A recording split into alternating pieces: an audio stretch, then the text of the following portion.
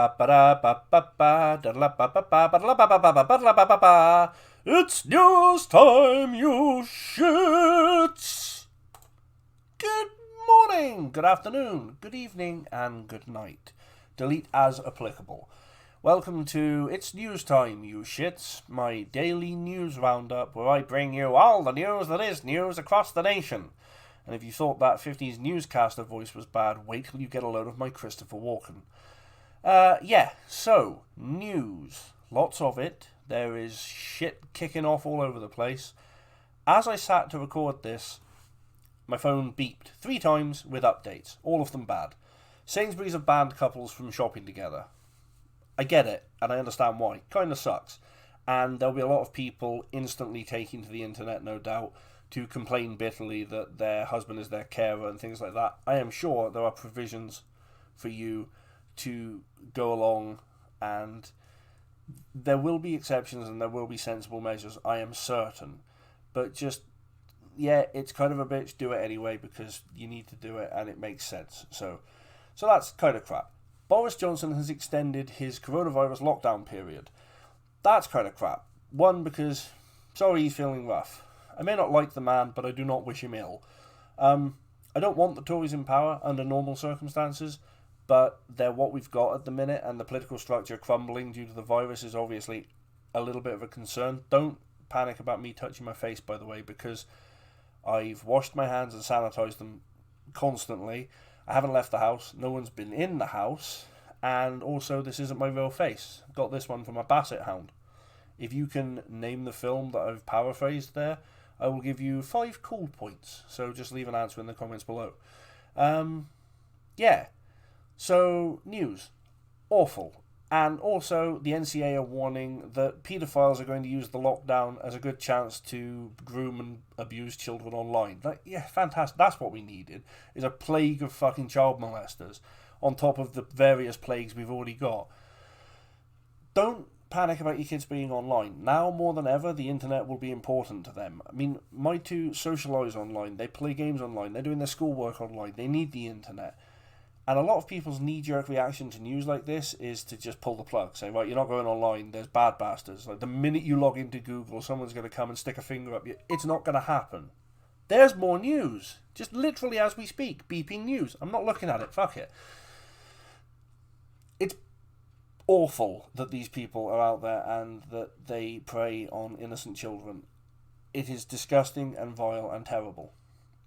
You can quite easily keep your children as safe as it is possible to keep them in this world by implementing parental safety features on programs, setting age limits on gaming and gaming devices and various websites, monitor their use, but also give them a little freedom. Like, they need the privacy to be able to talk to their friends. You need to let them connect to people.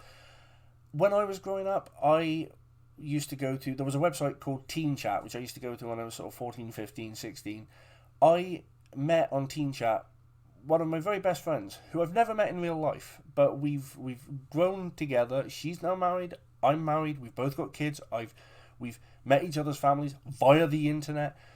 She's awesome, one of my best mates, and she is in a different country, and I met her by just chatting to folk online. And it's not like you can say, oh, it was a different time, because I'm not that fucking old. I look it, but I'm only in my 30s. I'm not that far removed from my own kids. I mean, far enough, otherwise it'd be fucking weird, but you get the idea. So just be sensible, do some research, find out how to keep your kids safe online, and then if you know an IT professional like me, by all means ask, and we'll figure out what you need to do. And then, so that's good. So, I'm here, folks. I'm in the same boat as you. I'm locked down with my kids, my wife, who still has to go to work because she's a nurse, and it's weird times, and we all have to help each other. This is something that I'm doing not for financial compensation at all. I don't want your money. That's not what I'm here for. I just want to try and help people if I can. So, I mean, really, I'm a fucking hero. That's what it is. I'm not a hero at all. I'm bored and I like talking, which is why I did this. The real heroes, the actual heroes, are the key workers across the entire globe who are working their fucking asses off to keep us all safe.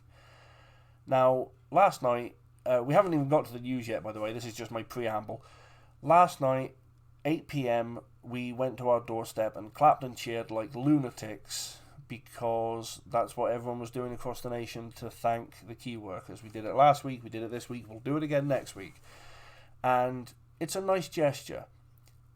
I've seen people complaining about it. Oh, it doesn't make any difference clapping. Why don't you do something productive? Well, I'm doing something productive as well, but also I can pop out there for a couple of minutes and do that, and it makes me feel better because I feel like I'm part of something larger than myself, which is comforting, especially when you're an atheist, because we don't get that pleasure normally.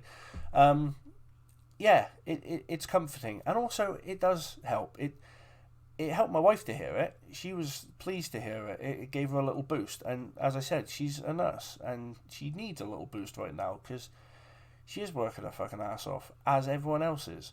So thank you to the NHS, to the private care, to the nursing staff in residential homes like my wife, the home carers who are having to put themselves at risk, the supermarket staff, the logistics teams, the IT teams.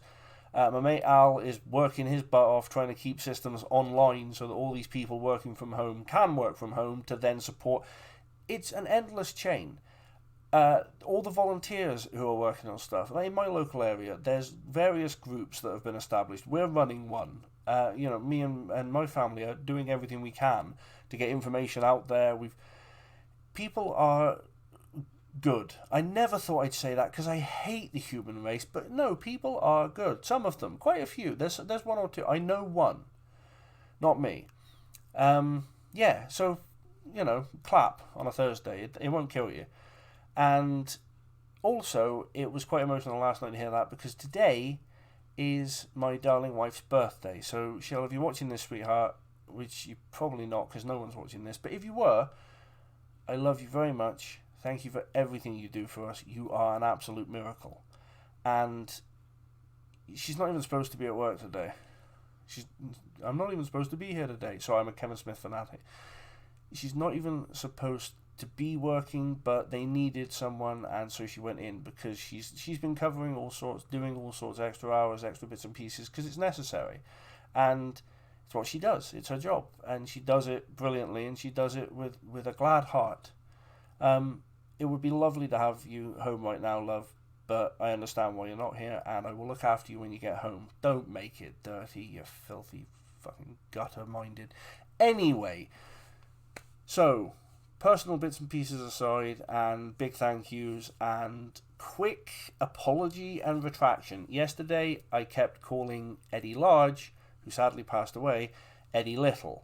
But he's not little, he was large. So, he's large. He was Eddie Large, and there was Sid Little, and I kept fucking up the name. Now, I blame that on the fact that I stacked it yesterday. Watch yesterday's episode, and you'll find out. I take a lot of painkillers anyway. I had to take more yesterday because recommended dosage, but I don't take it. Look, point is, I'm very sorry that I fucked up. My brain is pudding. So, with all of that out of the way, let's finally get into the news. I'm not just checking that my genitals are still here, by the way. I have to press a button to make this happen. That's a nightingale. What? Don't at me. No, it is. It's not. It's a duck. Obviously, it's a duck. The problem is that I searched my stock photo site Pexels that I use, and I know I mention them in every episode, but they're fucking awesome and you should use them. In fact, I'll put a link in the comments below. If you write a blog or want a nice wallpaper, just go to Pexels. It's fucking brilliant. It's all free stock images, but you can support the artist by thanking them for their work and by giving them money, which is, that's the thing that you have to remember, is that these people, they do these things because they want to, but also they're hoping that you might support them. And that is something that really is important to them, so that's good.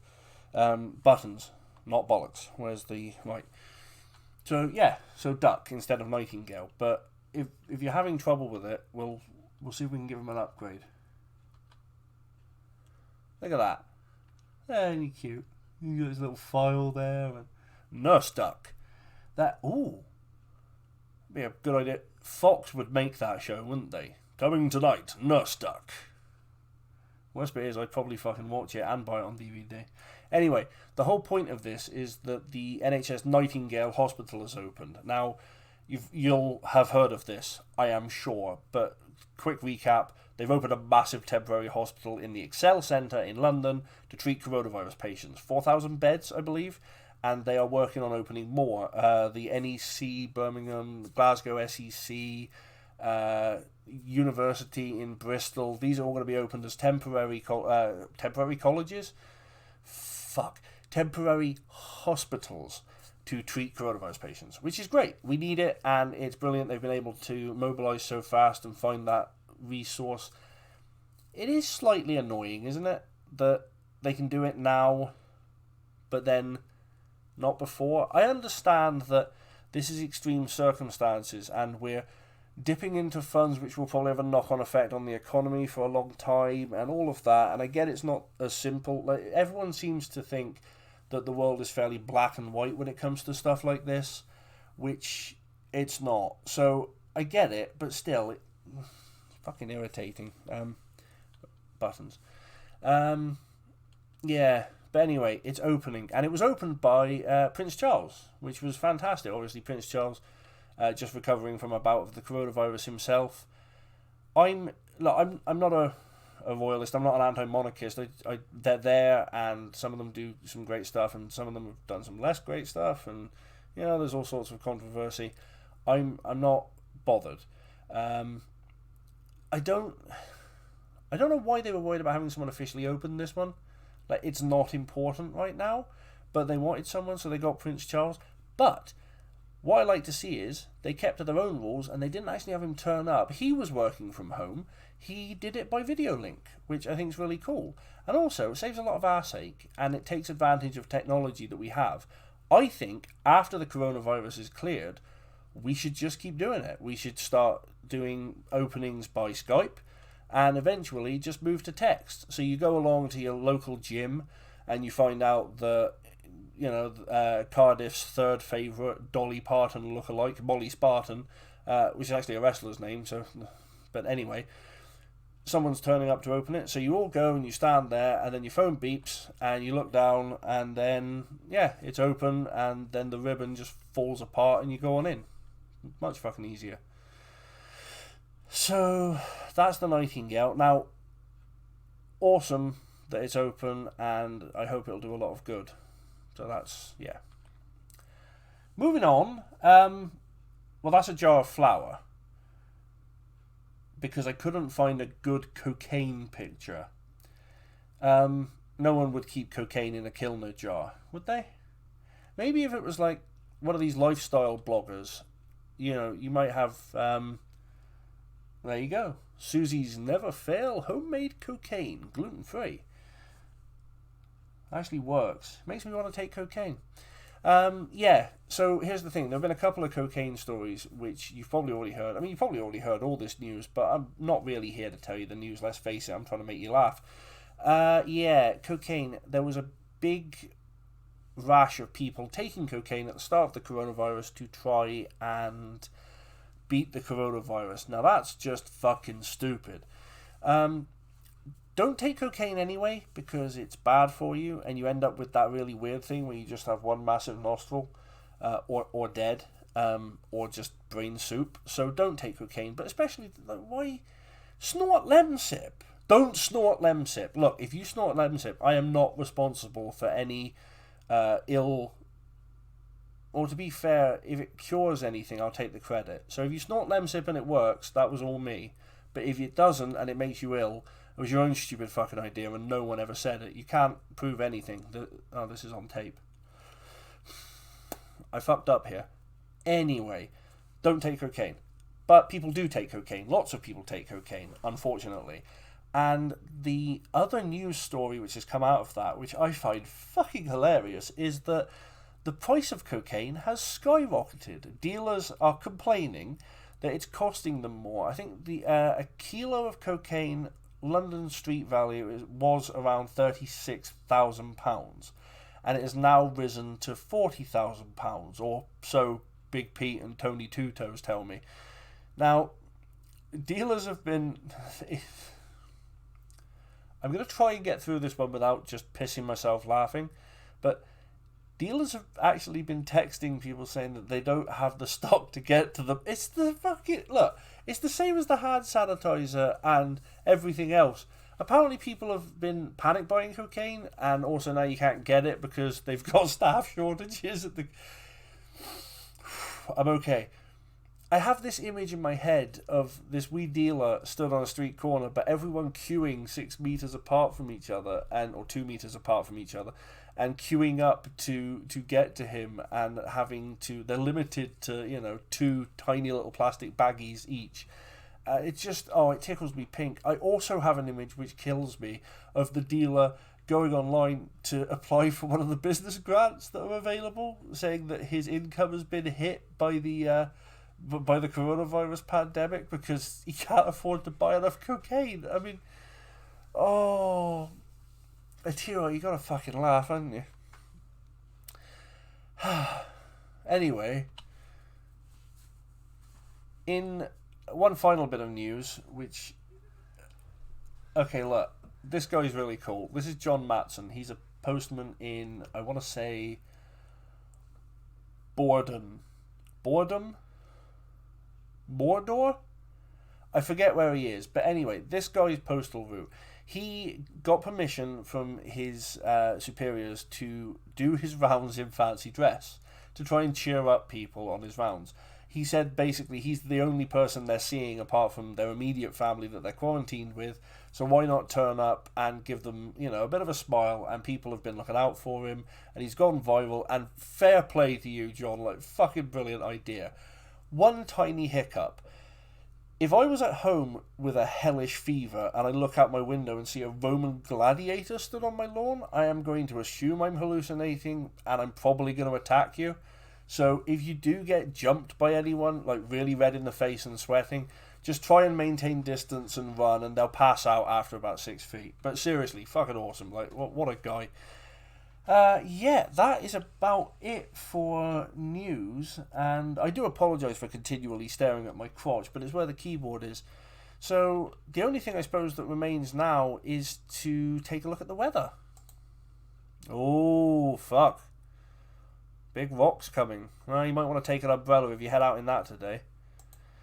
Oh, I don't know, folks. It gets weirder by the day, doesn't it? Not just me, I mean the world at large, but me particularly.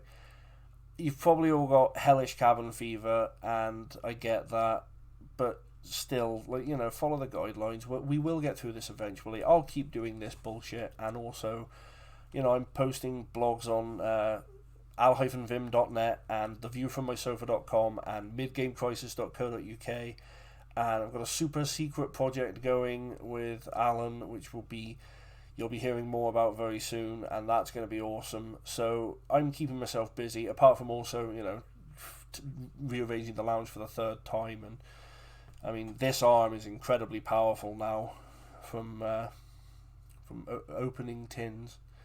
It's all fucked up, but we're going to be alright. And, if there's anything you'd like to see me do, or I could write about, or I don't know, do I? I mean, I'm just here doing this out of the kindness of my heart to try and bring you a smile once in a while. So